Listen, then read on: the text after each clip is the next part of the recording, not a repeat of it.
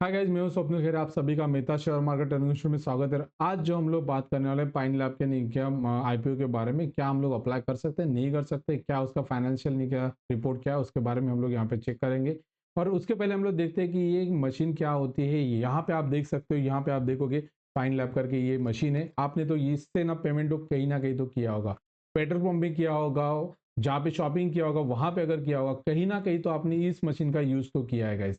तो यही कंपनी का जो मशीन यूज हम लोग करते हैं, इसी कंपनी का एक आईपीओ आने वाला है। ठीक है, तो हम लोग देखते समझने की कोशिश करते हैं कि इस कंपनी का आईपीओ कैसा है, कैसा हो सकता है, क्या हम लोगों ने अप्लाई करना चाहिए, नहीं करना चाहिए, इसके बारे में हम लोग ने डिस्कस करते गए।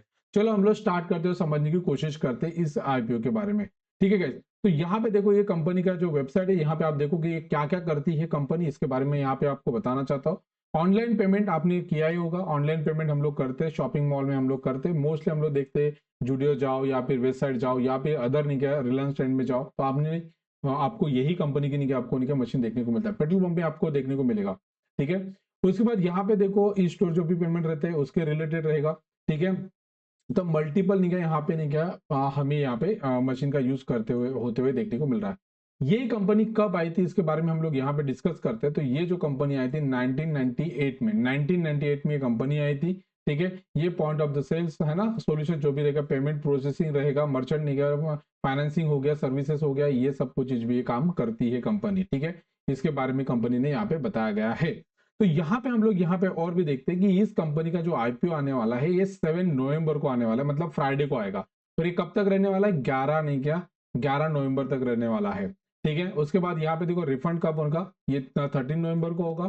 और हमें कब मिलने वाला है, ये लिस्टिंग कब होने वाली है, 14 नवंबर को होने वाली है। और ये इसका शेयर कब क्रेडिट होगा, 13 नवंबर को होने वाला है।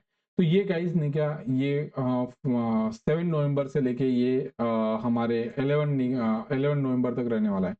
तो ये कंपनी का आईपीओ हम लोगों ने देख लिया। यहाँ पे देखो दो प्राइस यहाँ पे दिए हैं, यहाँ पे देखो 210 एंड 221, मतलब 221 रुपीज इसका प्राइस है।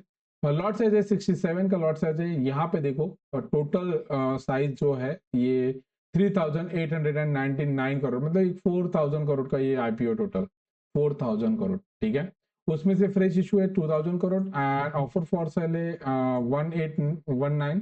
ठीक है, और यहाँ पे देखो एम्प्लॉय के लिए डिस्काउंट भी यहाँ पे दिया गया है। ठीक है, तो यहाँ पे हमने देखने को मिला क्यूआईबी के लिए रिजर्व वगैरह दिया है।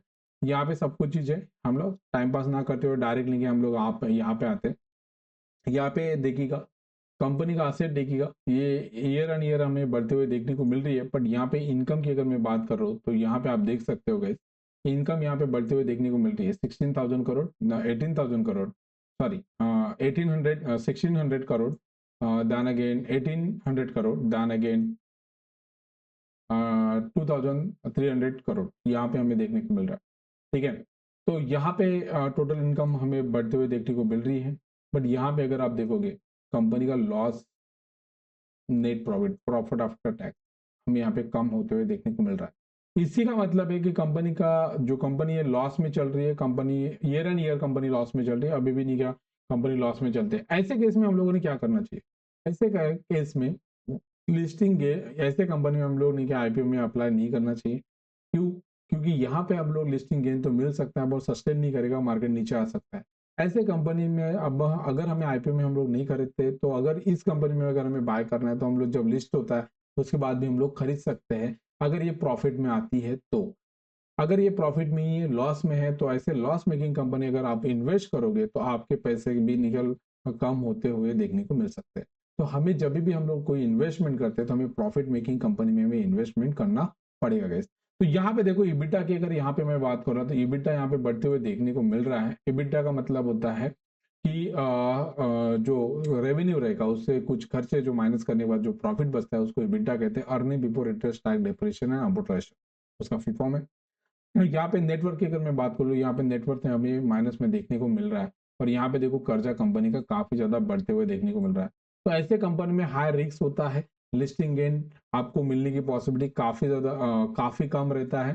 तो ऐसे केस में हम लोग यहाँ पे इग्नोर करना चाहिए। ठीक है, यहाँ पे हम लोग नहीं क्या रिटर्न ऑन नेटवर्क की अगर मैं बात करूँ तो -4%, एबिटा मार्जिन की अगर 15%, price to book value -9%, capitalisation company का वैल्यूएशन जो निकल के आ रहा है 25,000 करोड़ का यहाँ पे देखने को मिल रहा है, जो कि यहाँ पे पी बता रहा है वेरी हाई।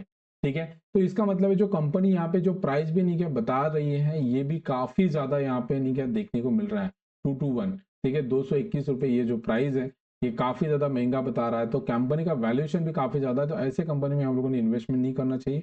जो भी कंपनी नहीं क्या इन्वेस्ट करने वाले उसके बारे में यहाँ पे देखा है, रीपेमेंट करने वाले हैं, कुछ लोन लिया होगा, बोरिंग होगा, उसका पेमेंट करने वाले हैं, इस रिलेटेड है। मेजर यहाँ पे उन्होंने किया है क्लाउड इंफ्रास्ट्रक्चर के रिलेटेड नहीं क्या वो खर्चा करने वाले हैं, मेजर खर्चे वहां पे करने वाले, इस तरीके से गए। तो यहाँ से हमें क्या सीखने को मिला है समझ सकते हो। फाइनेंशियल रिपोर्ट यहाँ पे और भी मैं ज्यादा डिटेल बात नहीं करना चाहता, बिकॉज कि यहाँ पे इस कंपनी में जिस रास्ते हमें जाना ही नहीं है, जिस कंपनी को आईपीओ में अप्लाई करना ही नहीं है, उसमें हम लोग क्यों ही ज्यादा करें। मैंने यहाँ पे पूरा डिटेल में नहीं कहीं पढ़ा है उसके बारे में। तो कंपनी लॉस मेकिंग है, अभी स्टेबल नहीं है, कंपनी काफी ज्यादा महंगी है।